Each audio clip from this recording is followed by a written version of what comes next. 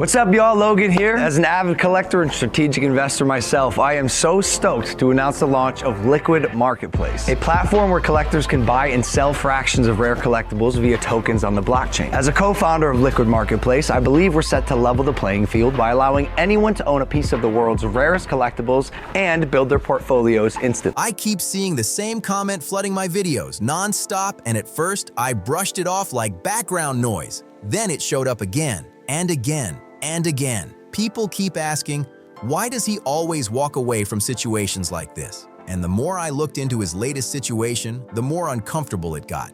Fast. This isn't just another influencer mix-up or online drama moment. This isn't a one-time mistake situation at all. This is a pattern, straight up. Same routine every time. New project drops, big promises get pushed, loyal supporters jump in, money gets tied up, pressure starts building, and then silence. Most people still think the whole story starts and ends with that viral NFT game. And yeah, that situation was bad.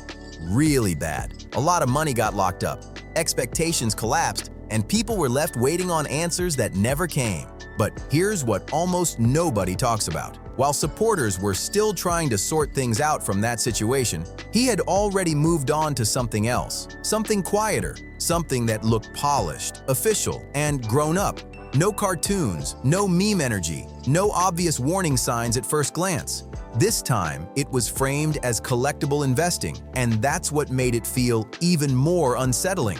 This wasn't sold as internet fun or online hype. It was pushed as finance, as smart money moves, as a way for everyday people, especially newer fans, to get access to markets usually reserved for wealthy collectors. That's always how these stories begin. Giving power back, opening doors, leveling the field. It all sounds noble until you slow down and actually read the fine print. Liquid Marketplace was pitched as this sleek platform where rare collectibles could be It was a very hard decision to make, but yes, I will be listing this card on a platform that I co-founded called Liquid Marketplace. It allows co-ownership of top-tier assets. So instead of one person, me owning this card, we as a collective can co-own it together. I'll also be listing it for $5 million instead of the $5.3 million I bought it for. So basically, I'll be giving you guys $300,000 discounts because everyone likes discounts. And I should say this, I'll be retaining 49% ownership of the card. So I won't actually have access to it. It'll be in our vault. But if I want to wear it out to fights or a Pokemon box break, or maybe even put it in a museum one day, the community can decide if we want to do that. split into digital shares instead of one ultra-rich buyer grabbing a multi-million-dollar item all at once. The idea was simple and catchy. Thousands of regular people could each buy a small piece. You wouldn't physically own the item, but you'd own a slice of its value. And in theory, when that item was eventually sold, everyone involved would get paid. That was the pitch. And Logan Paul didn't just casually name-drop this project. This wasn't a low-key mention or a blink-and-you-miss-it post. He went all in. He publicly referred to Liquid Marketplace as his company. He straight up called himself a co-founder. He talked about it in interviews, showed it off in press features, and pushed it through business media like it was his big next chapter. This was supposed to be proof that he'd leveled up, proof that he'd moved past YouTube drama into serious business mode. And front and center in all of this was his most famous flex, the Pikachu Illustrator card. If you've been online at all the past few years, you already know the card. Logan turned it into a whole identity. Wearing it, traveling with it, showing it off at wrestling appearances and big fight nights. It wasn't just about money anymore. It was about status, image, and being seen as elite. That card wasn't just cardboard anymore. It became branding. It turned into a symbol, a status badge, a walking billboard. So when Liquid Marketplace officially launched, the Pikachu card was positioned as the crown jewel. Fans were told they could buy fractions of it, digital pieces tied to its value. A slice of history, they said, a chance to be part of something that was only going up. And honestly, people trusted it, because why wouldn't they? This wasn't some random online founder with no face behind the project. This was Logan Paul. Millions of followers, major sponsors, non-stop visibility. He'd spent years reshaping his image after earlier controversies, trying to prove he'd grown, learned, and leveled up. Then fast forward to 2024, and suddenly things got strange, quiet, real quiet. Logan casually mentioned that he had bought the Pikachu card back. On paper, That should have been good news, right? In fractional ownership, when the main holder buys the asset back, everyone gets paid. That's how it's supposed to work. Except people say they didn't get paid. Reports started popping up fast. Withdrawals weren't going through. Balances looked stuck. Support emails went unanswered. Accounts were locked. And somehow, a platform built around shared ownership stopped letting people access what they owned. That's when Logan finally spoke up. It was Christmas Eve.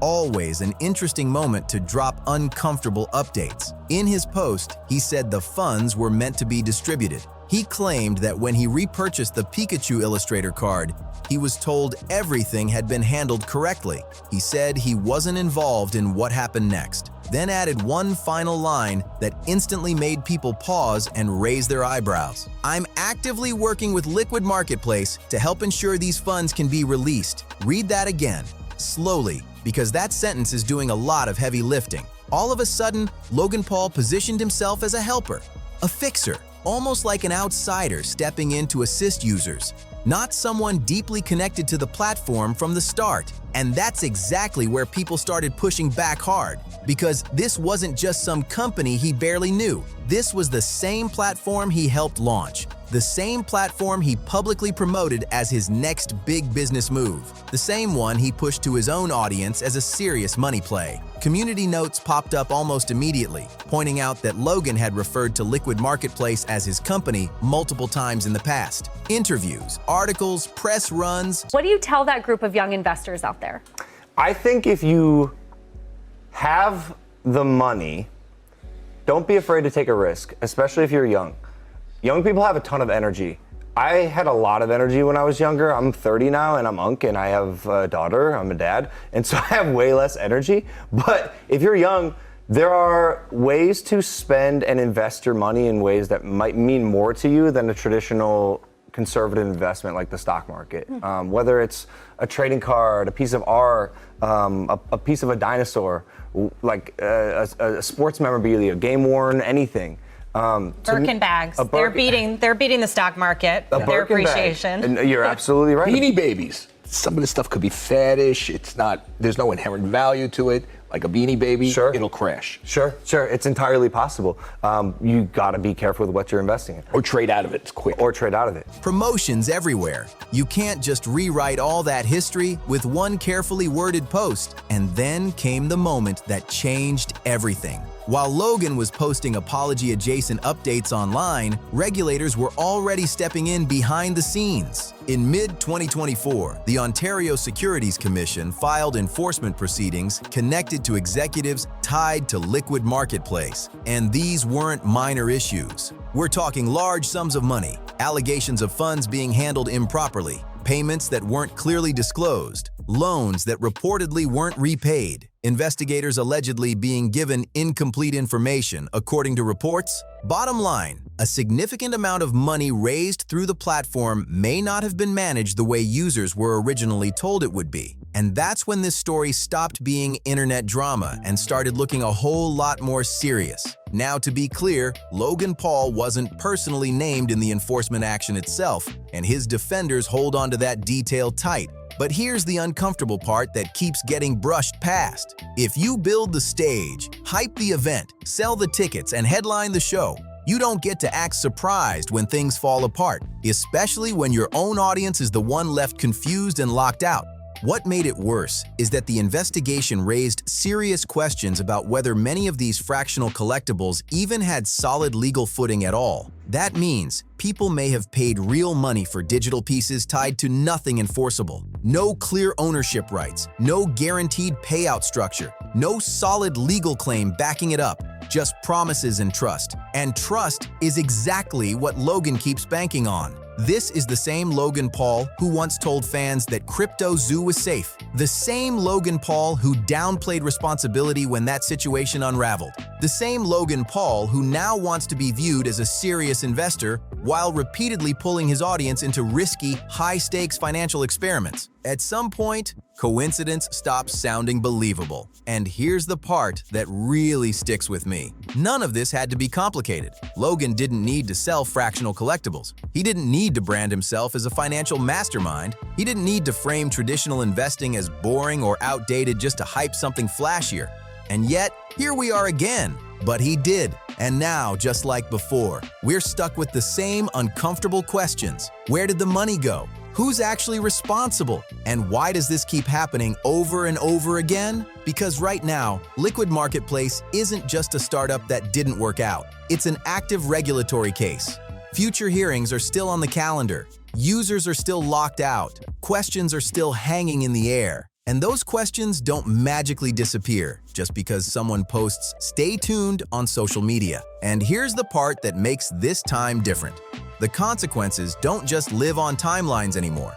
They show up in official rooms with documents, rules, and serious oversight. That changes everything. This is also where the story stops being only about a platform and starts being about Logan Paul himself. Because once you zoom out, Liquid Marketplace doesn't look like a random mishap. It looks familiar, uncomfortably familiar, almost like a remix of things we've already watched play out before, just with cleaner branding and bigger buzzwords. Think about it. Crypto Zoo wasn't pitched as a problem either. It was framed as innovation, a new kind of game, a new way to earn. Logan leaned hard into the "I'm learning, I'm building, I'm serious now" angle back then too. And when that situation fell apart, the response followed the same pattern we're seeing now. Confusion, distance, vague promises, then silence. Liquid Marketplace simply swapped cartoon animals for alternative assets, and that's what makes it more serious. Once you start talking about investing, ownership, and markets, you're no longer playing internet games, you're stepping into regulated territory. Real rules, real oversight, real consequences for real people. And let's be real, Logan Paul knew exactly what he was doing. That's why Liquid Marketplace wasn't pushed like a meme or a joke project. He showed up on Fox Business. He talked about outperforming the stock market. He positioned himself as someone who got finance better than traditional institutions. That alone should have made people pause. He even gave advice aimed at younger viewers that basically translated to, "Don't play it safe. Don't go the boring route. Read between the lines and it sounds more like, skip traditional options and buy into my ecosystem." And that's where alarms should have gone off loud. Because Logan Paul isn't a financial expert. He's an entertainer, a promoter, a salesman. And history shows that every time money and fan trust mix in his world, things get messy fast. What makes Liquid Marketplace even harder to defend is how it was built. Fractional ownership only works when the legal setup is airtight. Every token needs clear terms. Every asset needs enforceable backing. Every dollar needs full transparency under regulatory rules. That didn't happen here, according to filings and reports. And even if Logan's name wasn't printed front and center in enforcement documents, the platform he promoted is now under serious scrutiny over how large sums were handled. That doesn't suddenly become fine just because your name isn't on page 1, because influence is involvement. When people bought into Liquid Marketplace, they weren't trusting a faceless startup. They were trusting Logan, his image, his voice, and his constant push that he'd changed since earlier controversies. That's exactly why his Christmas Eve post didn't sit right with a lot of people. It read more like damage control than real accountability. "I was told the funds were handled. I didn't have insight into the regulatory side. I'm helping make sure money gets released." Notice what's missing there. No, I'm responsible. No, I let my audience down. No, I shouldn't have promoted something I didn't fully understand. Those words never show up. And that's the pattern. Logan Paul never positions himself as the decision maker when things go sideways. Instead, he frames it like he trusted the wrong people, like he got unlucky, like someone else misled him. But here's the uncomfortable reality. If you keep getting misled over and over again, maybe it's not just bad luck. Maybe it's recklessness, or worse, indifference. Because let's be honest, Logan doesn't need these projects. He's wealthy. He has major brand deals. He has boxing paydays. He has contracts with WWE. He could post videos and live comfortably without ever touching complicated financial products again. So why keep doing it? Why keep pushing high-risk money plays to fans? Why keep stepping into industries that demand extreme caution and strict rules? And why act shocked when regulators step in? At some point, the excuse of "I didn't know" stops working, especially when the consequences always land on the same group: his audience, the people who trusted him, the people who bought in early, the people who believed the whole reputation rebuild story. And now Liquid Marketplace sits in limbo. Unanswered questions, unresolved issues, and a fan base left waiting yet again. Users are still reporting locked funds. The investigation is still active. Hearings are scheduled far down the line. And meanwhile, Logan Paul is already floating the idea of auctioning the Pikachu Illustrator card again, almost like none of this history exists. That's what makes this whole situation feel unsettling. It doesn't feel like closure at all. It feels like a pause, like another chapter loading in the background. Logan wants to be seen as a serious businessman, but business comes with responsibility. You don't get to experiment with other people's money and then step back when things fall apart, especially not more than once. Regulators don't forget patterns, and if this investigation goes deeper, if more details come out, this won't be something you can post your way out of. Unlike internet drama, financial cases don't just fade away. When people think the spotlight has moved on, they don't disappear. They watch, they document, they wait. And this time, Logan's usual strategy might not work. The fast-moving news cycle might not save him here. So the real question isn't whether Liquid Marketplace was handled poorly or not. The real question is why Logan keeps putting himself in positions where this question keeps coming up in the first place. Now, I want to hear from you. Do you think this is carelessness? Or do you think this is exactly who he's always been, just with better PR and bigger platforms? Drop your thoughts in the comments. If you enjoyed this breakdown, make sure to like, share, and subscribe for more deep dives into influencer and YouTuber situations like this. This story isn't finished, not even close. I'll see you in the next one.